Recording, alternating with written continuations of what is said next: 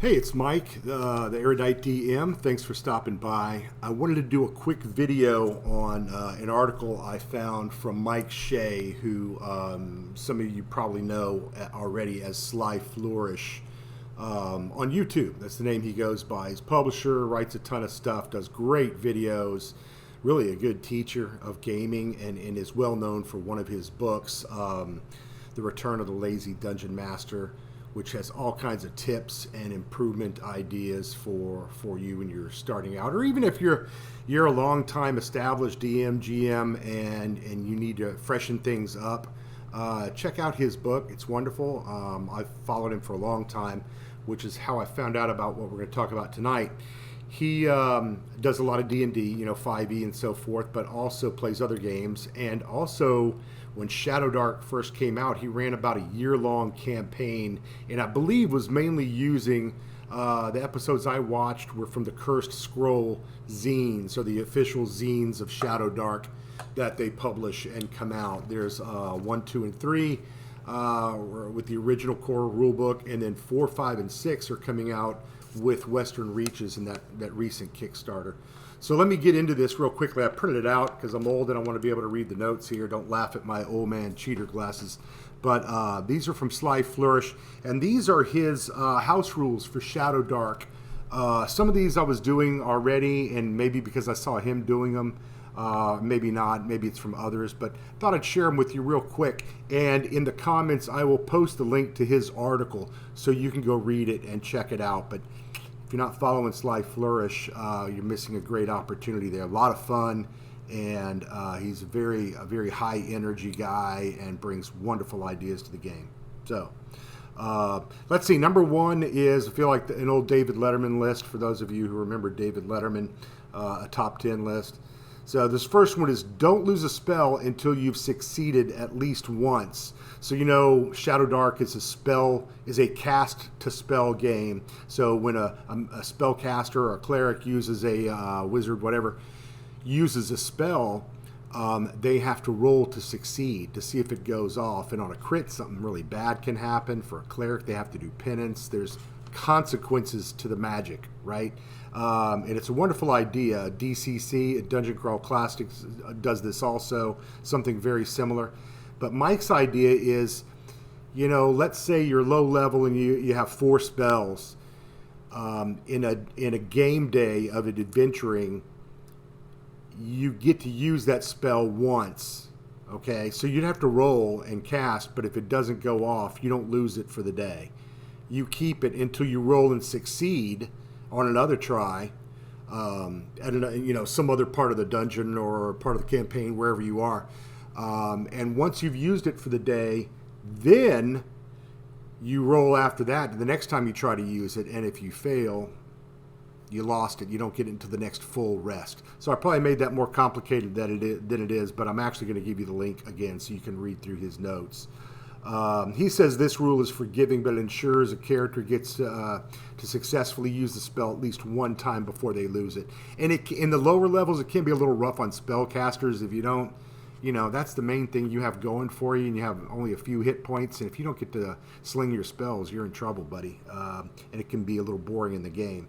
You're reduced to using your dagger. The next one is 1 hour minus 1d12 on torch timers. And I love this idea. I've used this early on. I don't know if I saw him doing it or somebody else, but your players are trained by now in Shadowdark. They know that the torch lasts exactly 60 minutes. Some of them are sneaky and set their phones and their alarms and all that. Don't let them do that either. That's the next one. But what I've done, per Mike Shea's advice, is I'll roll a d12, and I'll either add that many minutes to the 60 minutes, or I'll detract it. So it's not always that torch is not a perfect 60-minute thing, right? We're not talking about an Apple device, So try that one. It injects a little bit of uncertainty in the game on a mechanic which is critically important with life or death implications. And the next one, as I said, is no torch alarms. So tell your players, and hey, Scout's Honor, Code of Honor, whatever you want to call it here. We're going to trust you not to set alarms on your phone, not to, be looking at your screen or whatever. if they don't cheat and they don't keep track of it and they just do it from memory and feel, it'll be a lot more exciting for them. They'll get so much more reward. It'll be a lot more fun, I promise.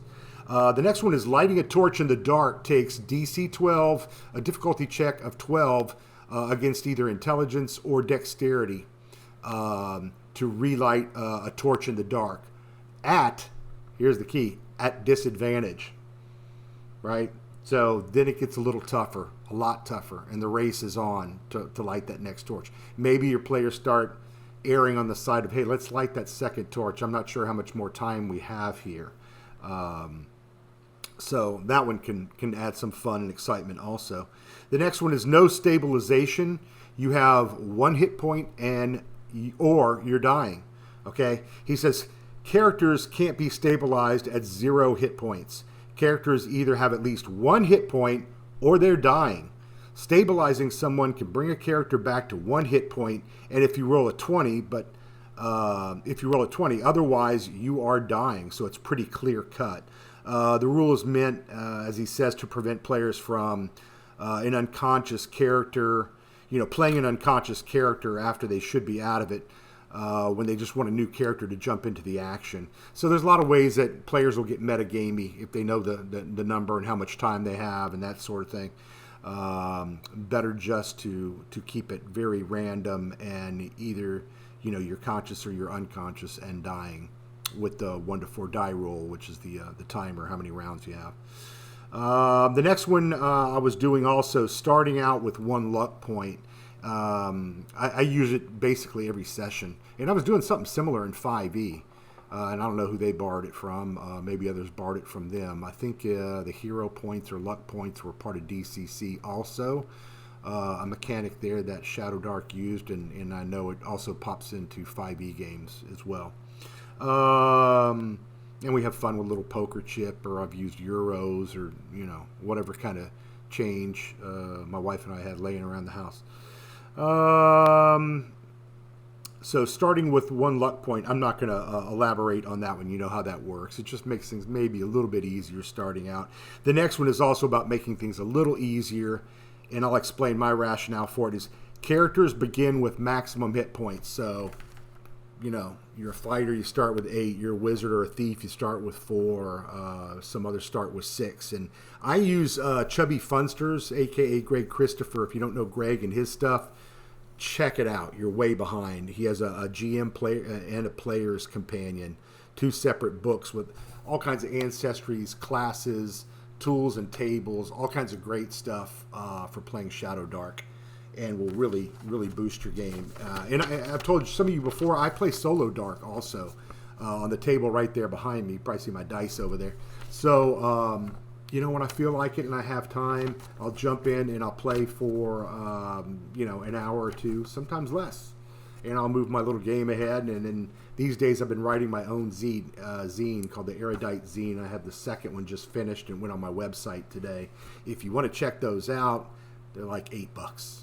For 50 pages, including a one-shot, which is about 12 pages or more, with original maps, and there's new classes, sometimes there's new monsters, but I have 2 of them out with different themes. Check them out. It's eruditedm.com, and go to the shop section. You'll see it there. I also have free downloads, monsters, and some other stuff I've come up with. And I'll keep adding to them on the website. Hopefully I'm going to put the zines on Drive-Thru RPG here in the next week or 2. So, yeah, starting out the game, because, to me, and this is separate than the Gauntlet idea, right, where you have 4 0-level characters and they're going to die, and whoever you're left with becomes your character, and you go from there. That's fine. It's not particularly my thing. I do it at a tournament or a convention, and I'm going to North Texas RPG next week or this week, so I might get my chance, but Gauntlets really aren't that much fun, and the reason I like to start a character is because I'm going to be playing a campaign and trying to... It's not worth my time to roll up a character sheet for 10 minutes and add some details and add the gear and all that, for 2 or 3 hit points, and I'm going to die the first time, some brigand hits me with a club, or I get stabbed with a dagger. So I like the idea of only at first level, starting with whatever your full hit points are for that hit die, whatever your class gets. So check that out. It's an option. You don't have to do it at all. These are all obviously Mike Shea's homebrew house rules for Shadowdark. So just some suggestions.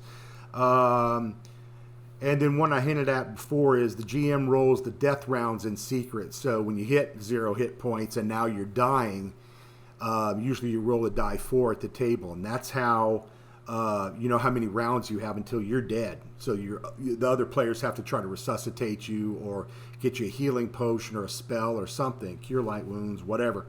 And if they don't, you're dead at the end of that time.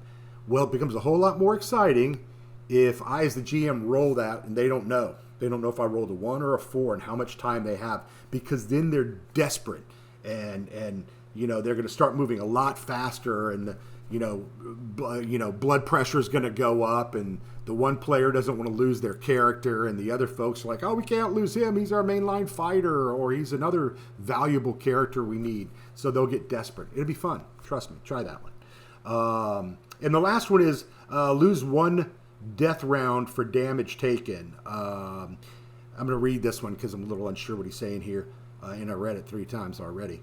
When a character at 0 hit points takes damage, they lose 1 round on their death timer. Oh, I'm sorry. Yeah, I remember this one. I do know what they mean, or what he means. So, yeah, if your character's unconscious and the giant steps on you, the goblin stabs you a few more times, I would probably not use this one. I'd probably go a little far beyond that. If you sustain almost any damage at all and you're at 0 hit points and unconscious, for me, that's coup de grace time. You're dead. You're gone. Time to work up that next character. So, short and sweet. I think I'm under 12 minutes, or at 12 minutes. So that's all I had to say. I wanted to share these. Again, Mike Flourishes. I'll have the link. Mike Flourishes. Yeah. Shea Flourish. Anyway, screwed up the man's name completely. Mike Shea, apologies, known as Sly Flourish. Do check him out. And these are some fun suggestions for twists and turns and trying some different homebrew, playing Shadowdark with your friends. Thanks for stopping by. Have a good night.